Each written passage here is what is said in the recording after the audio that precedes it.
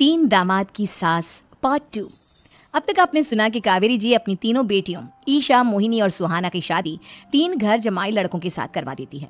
उन्हें लगता है कि ये लड़के शायद घर का कामकाज संभालेंगे, लेकिन उनके तीनों घर जमाई बहुत आलसी थे। वो नौकरी भी नहीं करते थे और बाहर का काम भी नहीं। कावेरी जी ने अपनी बेटियों से कहा कि वो प्रेगनेंसी का बहाना बनाकर अपने पतियों को सबक सिखाए। अब सुनिए आगे। मम्मी, आपने जैसा कहा था हमने वैसा ही किया, लेकिन देखिए ना, विवेक का हाल तो वैसा का वैसा ही है। घर में ना सुबह का नाश्ता बनता है और ना खाना। नौकरी पर जाने की बात करूं तो खाने को दौड़ते हैं मुझे। हाँ मम्मी, मैंने भी सुमित को कितनी बार कहा कि अगर नौकरी नहीं करनी तो कोई छोटी सी दुकान ही खोल लो। घर का खर्चा कैसे चलेगा? देखो दोपहर के 12 बजने आए और जनाब अभी तक सो रहे हैं। हाँ मम्मी, ईशा और सुहाना ठीक कहती हैं। अविनाश का भी यही हाल है। जब मैंने अपनी प्रेगनेंसी के बारे में कहा तो मुझसे कहने लगा, अरे दूसरी लड़कियां तो 9-9 महीने तक नौकरी करती है, बस डिलीवरी के टाइम छुट्टी लेती है। मोहिनी, तुम भी नौकरी करो। अब मुझे कहाँ नौकरी मिलेगी? मम्मी बताओ अब मैं क्या करूँ? हे भगवान, क्या सोचकर घर जमाई दामाद लाई थी मैं कि मेरी बेटियां मेरे पास रहेंगी और खुश रहेंगी, लेकिन इन आलसी दामादों ने तो हमारी जिंदगी को भी प्रॉब्लम में डाल दिया है।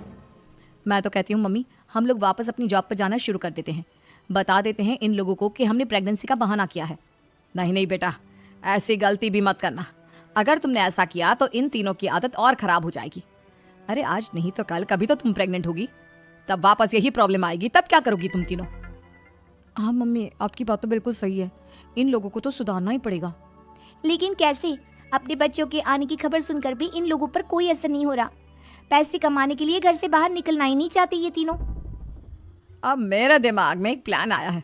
तुम तीनों चिंता मत करो, उन तीनों को बुलाओ, फिर मैं बात करती हूँ। थोड़ी देर बाद कावेरी जी अपने तीनों दामादों को सामने बुलाकर अपनी बात कहना शुरू करती हैं।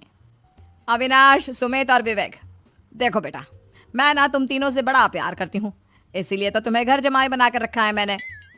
अरे मम्मी जी, सीधे सीधे कहिए ना, क्या बात है? प्यार तो हम भी आपको बहुत करते हैं। अरे मम्मी जी, आपकी इज्जत भी बहुत करते हैं। अरे भाई, आपके जैसी सास और कमाने वाली बीवी सबको मिलती है क्या? हाँ मम्मी, विवेक और सुमित ठीक कह रहे हैं। आपकी बेटी से शादी करके मेरी तो जिंदगी ही अच्छी हो गई है। जानती हूँ मैं, और ये भी जानती हूँ कि तुम तीनों अपनी अपनी बीवियों से बहुत प्यार करते हो। बेटा, बात ऐसी है कि हमारे कुल गुरु ने कहा है कि प्रेग्नेंट होने के बाद मेरी तीनों बेटियां शुरू के 4 महीने हमारे गांव में जाकर रहेगी, जहां मेरे चाचा जी रहते हैं। अरे लेकिन क्यों मम्मी, गांव में जाकर रहने की क्या जरूरत है इन तीनों को? वो क्या है ना बेटा, हमारे परिवार को एक श्राप है। अगर मेरी बेटियों ने यहाँ पर बच्चा पैदा करने की कोशिश की तो उनके बच्चों को कुछ भी हो सकता है। इसलिए अब से लेकर 4 महीने पूरे होने तक इन्हें गांव वाले घर में रहना पड़ेगा। हाँ तो इसमें प्रॉब्लम क्या है मम्मी जी? हम भी वहाँ जाकर रहेंगे, पिकनिक बनाएंगे। अरे भाई, बीवी जहाँ हम भी वहाँ। हाँ यार, आइडिया तो बहुत अच्छा है। शहर की जिंदगी में रह रहकर परेशान हो चुके हैं, अब कुछ दिन गाँव में बिताएंगे। तुम लोग समझने की कोशिश क्यों नहीं करते? तुम में से कोई भी वहाँ नहीं जा सकता, और मैं यहाँ रहूंगी ना तुम तीनों के साथ। 4 महीने की तो बात है, उसके बाद ये तीनों ही लौट कर आ जाएंगी। ठीक है मम्मी जी, अब हमारे बच्चों का सवाल है तो ये तो करना ही पड़ेगा। कावेरी अपनी तीनों बेटियों को कुछ दिन के लिए घर से बाहर कहीं दूसरे शहर में रहने के लिए भेज देती है। कुछ दिनों के बाद, अरे मम्मी जी, बहुत दिन से पिज्ज़ा नहीं खाया, मंगवाइए ना। क्या बताऊं बेटा, पहले तो बेटियां खर्चा दे देती थी क्योंकि उनकी नौकरी थी, लेकिन अब तो मेरे पास पैसे ही नहीं बचे। थोड़े बहुत पैसे हैं जो बच्चों की डिलीवरी में काम आएंगे। लेकिन मम्मी जी, आपकी बेटियों को वापस आने में तो अभी बहुत वक्त बाकी है। वही सोच सोच कर परेशान हो रही हूँ। सोच रही हूँ कल से दूध भी बंद करवा देती हूँ। अब दूध वाले को देने के लिए पैसे भी तो नहीं है ना। अरे नहीं नहीं मम्मी जी, अगर दूध भी बंद करवा दोगी तो मुझे चाय कहाँ से मिलेगी? और चाय के बिना मैं तो मर ही जाऊंगा। क्या करूं बेटा, इसके अलावा हमारे पास कोई ऑप्शन नहीं है। मेरे पास पैसे ही नहीं बचे।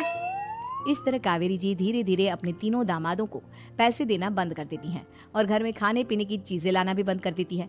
अब वो तीनों बुरी तरह से परेशान होने लगे थे, और इसलिए एक दिन तीनों प्लान करके घर से बाहर निकलते हैं। और बाजार में जाने के बाद, यार अच्छा खाना खाए हुए कितने दिन हो गए, पता नहीं कब अच्छा खाना मिलेगा। हमारी बीवियों के जाने के बाद तो हमारी हालत भिखारियों जैसी हो गई है यार। कुछ भी हो, मुझे तो आज पिज्जा खाना ही खाना है। जेब में 1 रुपया नहीं है और पिज्जा खाएगा, कहाँ से आएंगे पैसे? अरे देख, वहाँ सामने बोर्ड पर क्या लिखा हुआ है, कंप्यूटर पर काम करने के लिए एक आदमी की आवश्यकता है। भाई मैं तो जा रहा हूँ, काम करूँगा और शाम तक पैसे लाकर आराम से पिज्ज़ा खाऊंगा। जा जा, तुझे कोई काम नहीं देने वाला, हम तो घर जा रहे हैं। चल भाई सुमित।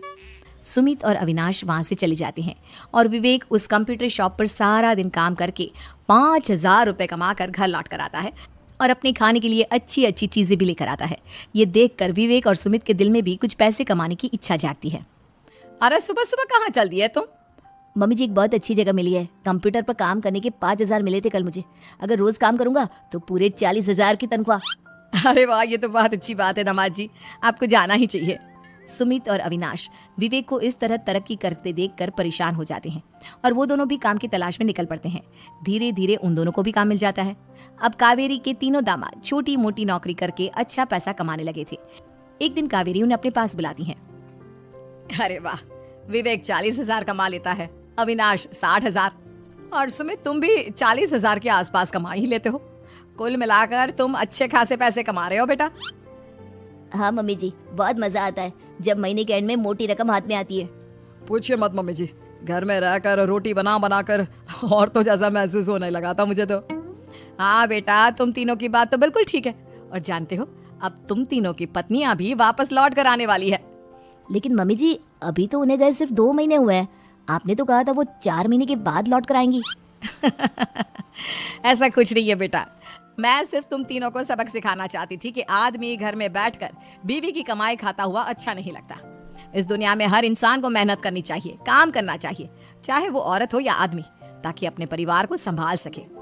कावेरी की बात सुनकर उन तीनों को अपनी गलती का एहसास होता है और कावेरी उन्हें सच बता देती है कि ईशा, सुहाना और मोहिनी शहर में ही कहीं दूसरी जगह रह रहे थे। शाम के वक्त उन तीनों की पत्नियां लौट कर आ जाती है और कावेरी जी का परिवार एक खुशहाल परिवार की तरह रहने लगता है।